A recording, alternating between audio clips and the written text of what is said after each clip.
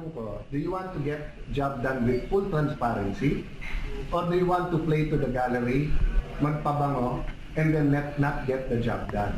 I'd rather get the job done, but I will never compromise transparency. Live doesn't mean transparency. Diba? Magkaiba yung dalawang yun. Maraming mekanismo ng transparency. Sir, bakit lang parang naging dating house ang gumawa?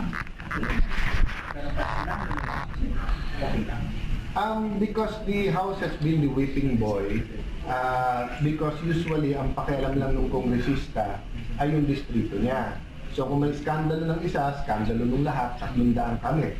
So more opportunities na may magkamali. Unlike sa 24 lang.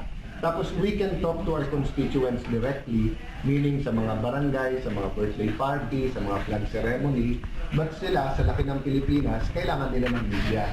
So the Senate has always been more media savvy because they're more media sensitive.